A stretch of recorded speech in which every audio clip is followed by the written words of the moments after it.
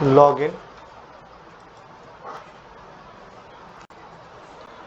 ID पूछा, तो जो भी पर्सन का आपको बनाना है उसका आईडी ले लोगे।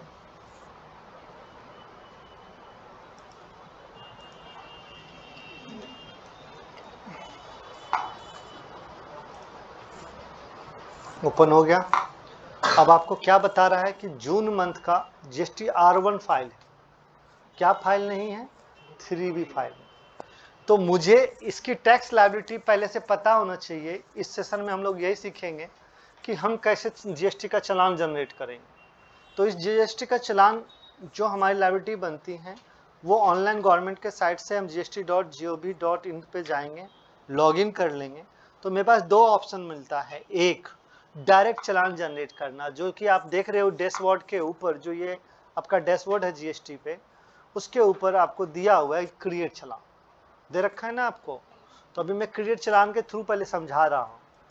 तो जब आप इस पर क्लिक करते हो तो अब आपको कहता क्या है कि जो आप रीजन ऑफ चालान, क्यों चालान बना रहे हो भाई, क्यों देना है? तो दो ऑप्शन है, monthly payment of quarterly return. क्या आप जीएसटी मंथली दोगे बट रिटर्न क्वार्टरली करोगे, उसके लिए चालान बना रहे हो? तो हम तो मंथली चालान मंथली रिटर्न के लिए करना चाहते हैं, तो लिखा एनी अदर पेमेंट। क्या लिखा है? तो ये दोनों क्यों, इनमें से कौन सा ले? उसका क्या ऑप्शन बोला? क्वार्टरली रिटर्न करते हैं, मंथली टैक्स देना है, तो ऊपर वाला ऑप्शन लेंगे। मंथली रिटर्न करते हैं, मंथली टैक्स देना है, तो नीचे वाला एनी अदर पेमेंट लेंगे। क्या लेंगे? हाँ, खुद पे डिपेंड है। जैसे कि मैंने आपको कहा था कि अगर मेरा 1.5 करोड़ का टर्नओवर से बिलो है तो मेरे पास गवर्नमेंट ने ऑप्शन दिया कि हम अपना जीएसटी R1 और 3B क्वार्टरली फाइल कर सकते हैं। तो अगर मैंने ऑप्ट कर लिया क्वार्टरली, तो गवर्नमेंट कहता है well and good, you can do, but उसका टैक्स आपको हमको मंथली देना पड़ेगा 30%। तो आप उस जो क्वार्टरली रिटर्न भरोगे बट टैक्स आपको मंथली देना है, तो पहला वाला ऑप्शन लोगे, monthly payment for quarterly return. But आपने कहा चाहे मेरा 1.5 करोड़ है, चाहे उससे ज्यादा का टर्नओवर है, हम अपना जीएसटी की लायबिलिटी हर महीने पे करेंगे। तो जब हर महीने पे करोगे तो एनी अदर पेमेंट। अब आता है इसी में सेकंड पॉइंट है कि जो सर आपके मन में क्वेश्चन उठना चाहिए, कंपोजिट डीलर तो सर क्वार्टरली रिटर्न भरता है, वो क्या करेगा? तो वो जब क्वार्टरली रिटर्न भरता है तो टैक्स भी तो क्वार्टरली देता है। कंपोजिट डीलर ही एक ऐसा डीलर है जो अपनी टैक्स क्वार्टरली भरता है, क्वार्टरली ही पे करता है। तो उसके लिए भी सेकंड ऑप्शन ही यूज होगा। ठीक है?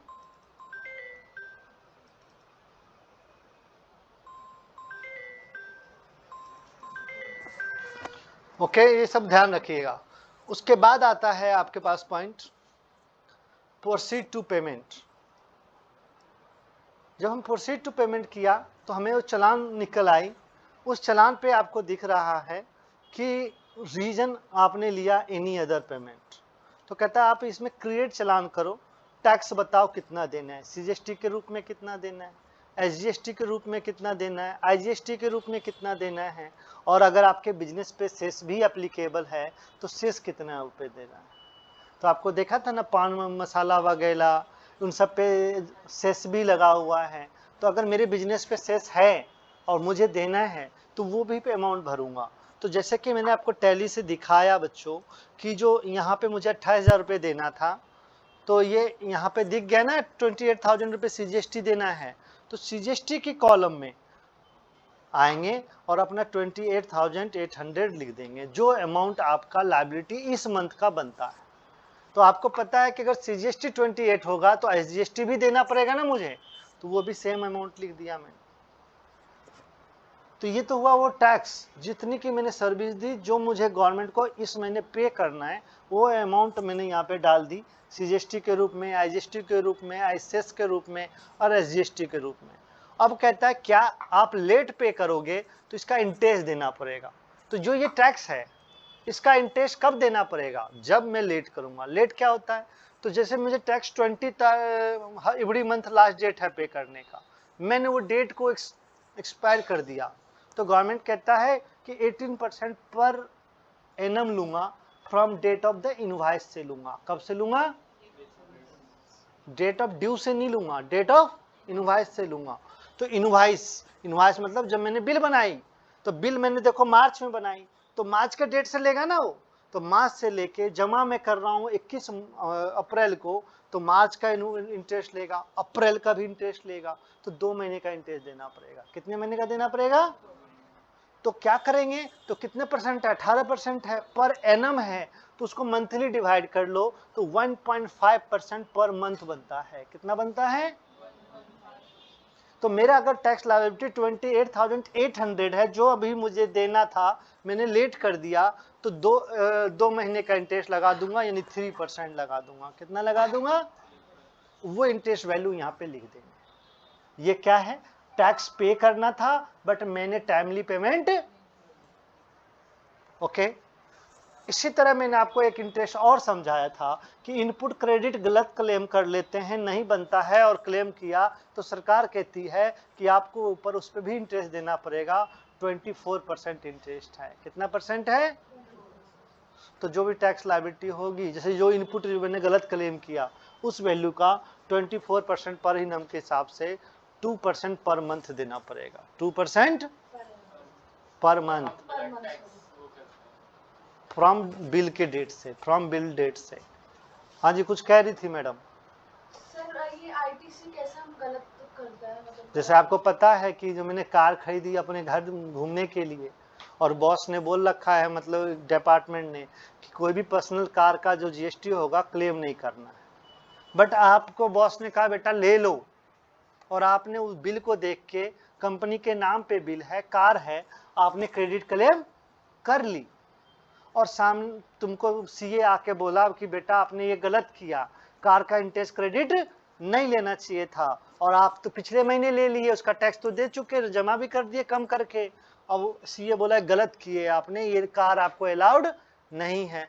तो जो पिछले मंथ में आपने क्लेम किया, तो यानी कि उतना कम दिया ना, तो जो आईटीसी था वो तो आपको दोबारा पे करना पड़ेगा सरकार को। आपको पता है ना, जो आईटीसी रिवर्स होता है तो मेरी क्या होती है? लायबिलिटी इंक्रीज कर जाती है। तो अब मुझे वो पे करना पड़ेगा। तो मानो 10,000 हमने क्लेम किया था, तो 10,000 गवर्नमेंट को देना है, तो 10,000 तो दूंगा ही दूंगा, प्लस उसका क्या दूंगा? इंटरेस्ट। तो सही जानबूझ के किया है ना, मतलब तो आप ही को गलती, अपने आप तो होगा नहीं।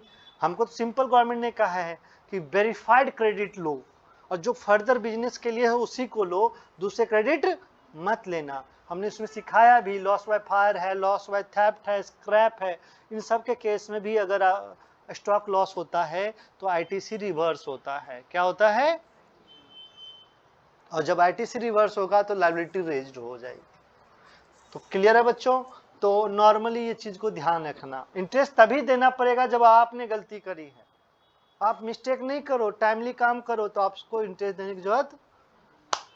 इसी के साथ आपके पास ये पेनल्टीज लगाई हैं। ये पेनल्टी का कॉलम नॉर्मली सब नहीं भरना पड़ता है, ये जब भरेंगे जब कब हमारा अकाउंट स्क्रूटनाइज होता है, या डिपार्टमेंट का कोई नोटिस आ जाता है जिसमें हम पे पेनल्टी लगाया जाता है, तो वो पेनल्टी के कॉलम में भरेंगे। जैसे कि मेरा गाड़ी जा रहा था, विदाउट इनवॉइस जा रहा था, 5 नंबर वाले ने पकड़ लिया उस गाड़ी को, बोला ये स्टॉक का बिल कहाँ है, मैंने तो दिया ही नहीं। अब उसने कहा पेनल्टी 1 लाख रुपए दो, तो मुझे देना पड़ेगा, तो पेनल्टी कॉलम में डाल दो। क्लियर है पॉइंट? अब आता है फीस का कॉलम। इस फीस कॉलम में वो हैं जो लेट रिटर्न अगर आप जमा करते हो, तो आपको हमने सिखाया था कि 3B अगर लेट होगा, तो अगर नील है तो 20 रुपीज पर डे फाइन लगेगी, यानी 10 रुपीज सीजीएसटी में, 10 रुपीज एसजीएसटी में। और अगर टैक्स लायबिलिटी बनता है, जैसे कि इसमें 28,000 रुपये बन रही हैं, तो हमारे को ऊपर इंटरेस्ट फीस कितना लगेगा? 50 रुपीज पर डे, यानी 25 रुपीज सीजीएसटी का, 25 रुपीज। तो वो पर डे है। कब से है? पर डे से। तो फ्रॉम डेट ऑफ ड्यू से लेके, यानी जिस दिन ड्यू डेट थी उस दिन से लेके last day of the filing तक, लास्ट डे ऑफ। तो मानो कि 20 तारीख को रिटर्न भरना था, 20 अप्रैल को, मैं अगर 25 अप्रैल को भर रहा हूं, तो मुझे पता है ना मैंने लेट कर दी 5 दिन, तो 20, 21, 22, 23, 24, 25, 6 दिन का इंटरेस्ट 500 रुपये 50 के हिसाब से 300 रुपये होता है। 150 रुपये सीजीएसटी में और 150 रुपये एसजीएसटी में फीस कॉलम में खुद से, मुझे पता है डाल के भर देंगे तो कल को अगर डिपार्टमेंट वो फाइन लगाएगी तो हम उसको बता पाएंगे कि हमने फाइन ऑलरेडी जमा कर रखा है। तो ये होता है। नहीं तो आजकल सिस्टम भी ऑटोमेटिक कैलकुलेट करके जब नेक्स्ट रिटर्न भरोगे, इस महीने तो आपने भर दिया बिना फाइन पे किए हुए, अगले महीने जब रिटर्न भरने जाओगे तो वो डेट जो लेट किए थे उतने दिन का वो फाइन लगा के लेगी आपसे। तो ये भी ध्यान आपको रखना पड़ेगा। तो फीस कॉलम भी समझ गए आप लोग, अदर्स का कोई जरूरत नहीं है। तो ये 4 कॉलम इंपॉर्टेंट हैं, जो भी डालोगे उससे ये टोटल चालान अमाउंट आपका इंक्रीज हो जाएगा, वो आपको देना है। अब उसको पे करने का ऑप्शन आपको दिया, ई पेमेंट करोगे तो ई पेमेंट क्लिक करके जनरेट चालान करना। अगर अदर काउंटर पे जाके देना है, ओवर काउंटर, मैंने क्या कहा था 10,000 से ज्यादा नहीं, देखो इन्होंने लिखा हुआ है, क्या लिखा है, this payment made is only available for चालान्स exceeding 10,000, please make payment using payment other modes. आपको 10,000 तक का ही लिमिट है, आप अदर मोड से करो, ठीक है। तो ये ध्यान रखिएगा। एनएफटी आरटीजीएस कर सकते हो, बैंक का लिस्ट होता है, जो बैंक है वो सेलेक्ट कर लोगे। तो ये थी क्रिएट चालान, क्या थी, ये तो मैंने आपको डायरेक्ट बताया। आपको लगता है कि मैं फ्यूचर में बाद में करूंगा, तो इसी चालान को बना लिया है, भर लिया है, तो यहाँ से सेव भी कर सकते हैं, तो ये सेव चालान में चला जाएगा। अब हम आपको डायरेक्ट 3B से दिखा रहे हैं, सो डैशबोर्ड पे वापस आ रहे हैं।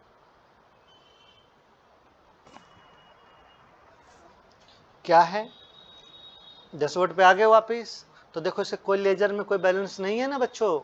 अब हम इसके फाइल रिटर्न में गए, आप गलती करना ही मत, हमेशा इसी मेथड को यूज करना। 1 फाइल होने के बाद 15 तारीख के बाद, कितने तारीख के बाद ये चालान जनरेट करना, तो ऑटोमेटिक जनरेट होगा, तुमको फिगर वगैरह भरने की जरूरत नहीं पड़ेगी। बट आईटीसी को देख लेना कैसे, सो देखो करा मैंने, कुछ भी नहीं है, डैशबोर्ड पे गए और रिटर्न फाइल पे आ गए, ठीक है। रिटर्न फाइल पे आने के बाद आईटीसी वगैरह क्लेम होने के बाद ईयर मंथ सेलेक्ट कर लेना, 3B ले लेना, क्या ले लेना, और क्रेडिट आपको मैंने बोला ये 2A 2B में आता है।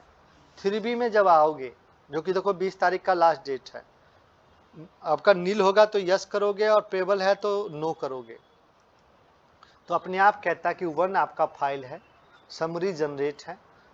2B अभी जनरेट नहीं हुआ है क्योंकि इसकी डेट ही है 13 के बाद है, तो 15 तारीख तक के बाद क्रेडिट जिसका बनता है, ये जनरेट होने के बाद ये ऑप्शन यूज करना। कहता है इसका क्या जरूरत है, तो लिख रहा है कि GST 1 फाइल्ड है, current return period, system has not generated summary table 31D यानी कि reverse charges and table for form GST 3B based on 2B। ये किसके बेस पे है, इसमें क्या है, ITC है, current period. To view system generated details you have to click system generated PDF buttons available on GST 3B discharge page. तो ये देख सकते हो, क्लोज किया हमने, तो यहाँ पे हमको दिखा रहा है कि अपने आप आपको 29,000 रुपये देना है। कितना देना है, क्यों देना है भाई, 29,000 CGST में, 29,000 SGST में, क्लिक करके देख सकते हो।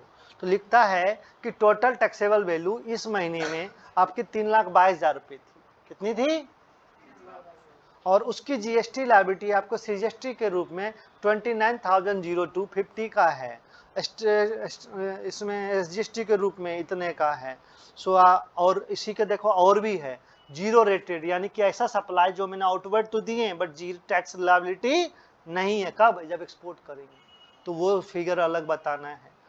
ऐसा सप्लायर जो एग्जम्प्टेड है, नील रेटेड है, तो वो आपको यहाँ बताना है। जैसे मैं मिल्क सब, मैं देखो दुकान है, पनीर भी बेचता हूँ, मसाला भी बेचता हूँ और मिल्क भी बेचता हूँ, तो मसाला पे तो टैक्स देना है, उसकी फिगर यहाँ आ गई, और मानो कि मिल्क वाले पे टैक्स नहीं जा रहा है, तो मिल्क जितना बिकेगा वो यहाँ लिख देंगे। उसके बाद आता रिवर्स चार्जेस, आपको पढ़ाया था ना रिवर्स चार्ज क्यों देना पड़ता है, काजू खरीदने पे सब पढ़ाया था ना। अगर किए हो तो उसका फिगर और उसका टैक्स बताओगे, नहीं तो leave it blank. Non GST supply, petrol diesel बेचने वालों के लिए, फिर कन्फर्म। इससे क्या होगा, टोटल सेल मैच कर जाएगा कि टैक्सेबल कितना था, जीरो कितना था, नील एग्जम्प्टेड कितना था, एंड नॉन जीएसटी सप्लाई क्या था। ठीक है, कंफर्म कर दीजिएगा। फिगर आपको दिख गया, बाकी चीज नहीं दिखा रहे, मैं अभी चलान पे ले जा रहा हूँ। तो देखो एक ये आईटीसी का कॉलम है 4 नंबर। आईटीसी मतलब जो इनपुट क्रेडिट मिलेगा, यहाँ जीरो आ रहा है क्योंकि इसका बन नहीं रहा। अगर बनता तो इस पर क्लिक करते तो आपका अगर गुड्स इंपोर्ट किया है तो उसका क्रेडिट दिखता, सर्विस का दिखता, अदर इन पर रिवर्स चार्ज वाला क्रेडिट जो पीछे मैंने रिवर्स दिया था वो दिखता, और इनपुट सर्विस डिस्ट्रीब्यूटर जो सप्लाई होता ब्रांच वाइज वो आता, और नॉर्मल परचेस जो खरीदा है जिसपे जीएसटी ऑल अदर आईटीसी में आती। यहाँ नहीं है, हमें नहीं मिल रहा। अब कोई जो क्रेडिट डेबिट नो रिटर्न होती तो यहाँ रिवर्स में आता, तो इसका जीरो है तो नहीं दिखा रहे हैं हम, अभी सिर्फ चलान जनरेट दिखा रहे हैं। इसको हम फिर से एक बार डिस्कस करेंगे 3B जब पढ़ाएंगे।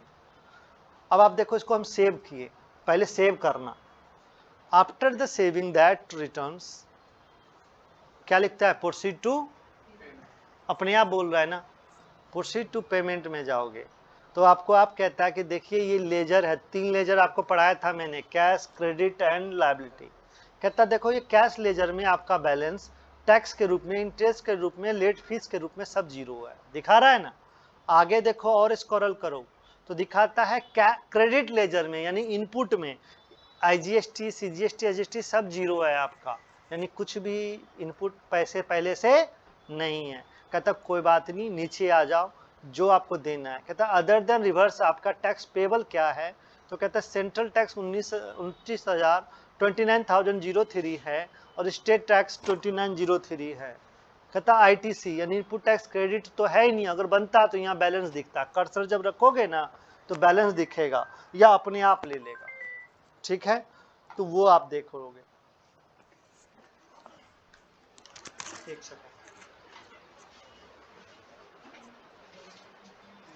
हेलो,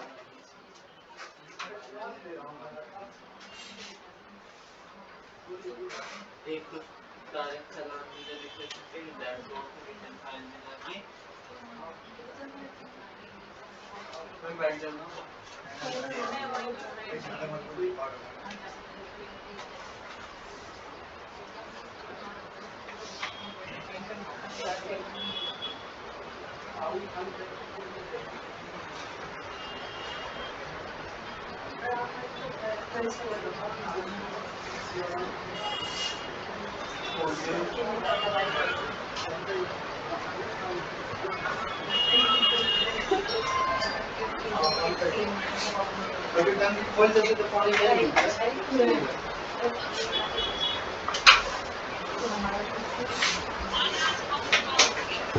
कोई बात नहीं, अगर है भरना है तो भर लो, नहीं तो छोड़ दो, वो टंकी खाली करने वाला। Bye, okay, hello.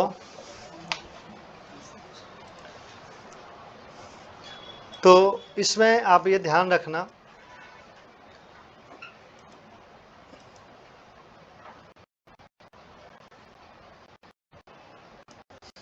तो ये जो टैक्स लायबिलिटी आप देख रही है बच्चों, तो 2903 ये हमको पेबल है जो पे करना है। अगर आईटीसी होता तो वो आईटीसी यहाँ पे दिखता। देखो अगर मैं अभी डाल के दिखा रहा हूँ जो कि है नहीं बैलेंस, अगर मैं कहता कि मेरा सीजीएसटी के रूप में 9003 का इनपुट है तो वो आप फिगर डालते तो देखो यहाँ पे ऑटोमेटिक आने के बाद यहाँ की अमाउंट घट गई ना, 20 बन गई।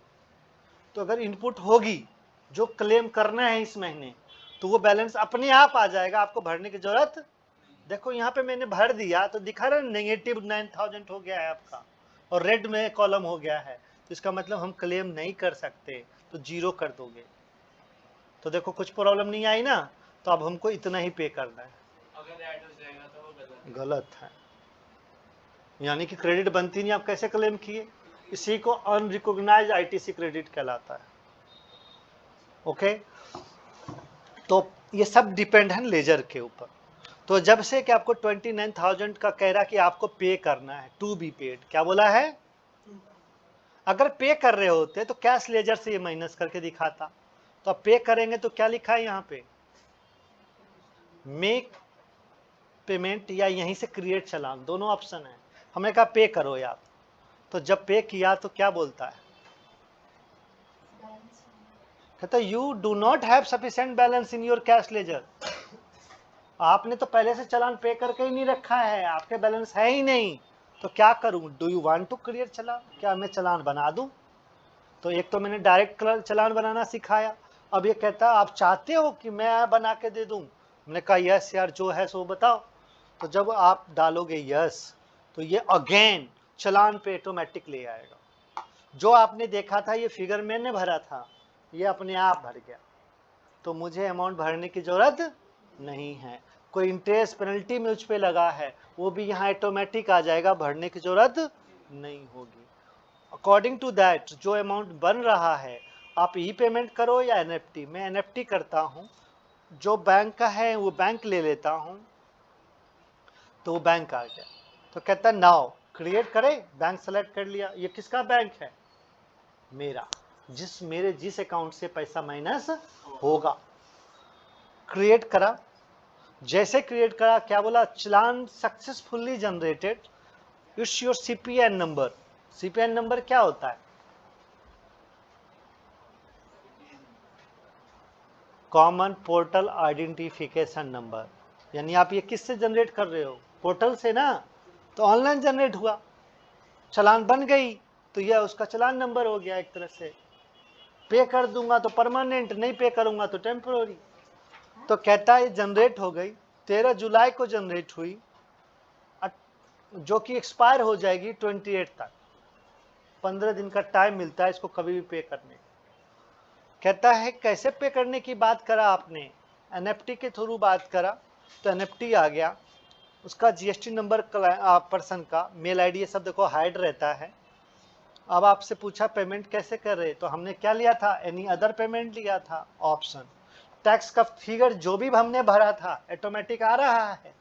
कह रहा चलो आप एनएफटी कर रहे हो तो आरटीजीएस के थ्रू, तो आईएफएससी कोड अपने आप यस बैंक का लिया, जीएसटी के नाम से जाएगा, उसका जीएसटी का अकाउंट नंबर जो आरबीआई के थ्रू है वो है, और आरबीआई का यहाँ आईएफएससी कोड आता है, हमारा बैंक का नहीं आता। किसका आता है, और कितना अमाउंट जाएगा वो आ रहा है। कहता डाउनलोड कर लो चालान, हमने कहा यस। जैसे जहाँ डाउनलोड किया क्लिक करो तो ये चालान आपका जनरेट होके यहाँ आ गया। तो देखो ये जो चालान जनरेट हुआ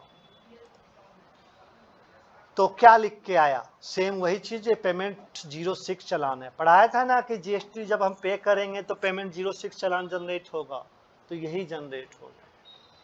कहता नाउ पे करोगे, जो भी सीपीएन नंबर है, कब एक्सपायर होना है, पर्सन का डिटेल आ गया, अमाउंट को इस कॉलम में जो आप भरे, देखो लिखा है गवर्नमेंट ऑफ इंडिया को ये 3 टैक्स जाएगा, सीजीएसटी, आईजीएसटी एंड सेस। एक नई बात आज समझ लिए, सेस भी किसको जाता है, गवर्नमेंट ऑफ इंडिया को, और स्टेट गवर्नमेंट को क्या जाएगा, ठीक है। तो दिल्ली गवर्नमेंट को एसजीएसटी जाएगी, ये वाला कॉलम उनका ये हेड है, कोड है 05, 08, 009, 06, इतना अमाउंट होके 58,000 जाना है। देखो बैंक का डिटेल सारा अपने आप फिल हो गया। आपको क्या करना है, एज एन अकाउंटेंट नाम लिखना है डिपोजिटर का, यानी अकाउंट होल्डर का, अकाउंट होल्डर का, डेजिग्नेशन, सिग्नेचर और डेट, और जानते हो सिग्नेचर होगा तो वहाँ स्टैंप लगाना जरूरी है। ये देखो लिखा है पेड चालान इंफॉर्मेशन, वो खुद भरेगा, ये आपको करने की जरूरत नहीं है, ठीक है। Goods and service tax proper आ गया। अब आप यहाँ पे अपना अकाउंट नंबर, चेक का डेट भर दोगे, ठीक है। तो ये भी हो जाएगा बच्चों आपसे। कॉन्टैक्ट नंबर से सब तो ऑटोमेटिकली कंसर्न है, ये सारा डिटेल है, एक साइन यहाँ भी होगा और डेट।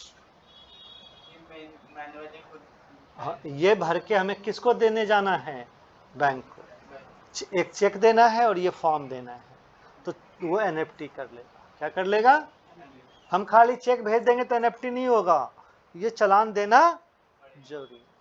समझ में आ गई बातें। तो आज का टॉपिक हमारा था हाउ टू क्रिएट चालान। तो आई होपली सबसे क्रिएट हो जाएगा चालान, कोई नई बातें नहीं है। पॉइंट ये है हमें अपनी लायबिलिटी पता होना चाहिए, क्या पे करना है। जो चीज पे करना है या तो जीएसटी रिटर्न के थ्रू चले जाऊं या डायरेक्ट क्रिएट चालान में जाके हम चालान जमा करा सकते हैं। तो कभी भी आपसे कोई पर्सन ये पूछे कि आप जीएसटी का चालान बना सकते हो, जमा करा सकते हो, तो आप कहोगे यस। ठीक है, तो यही थी आज की टॉपिक। बंद कर रहा हूँ।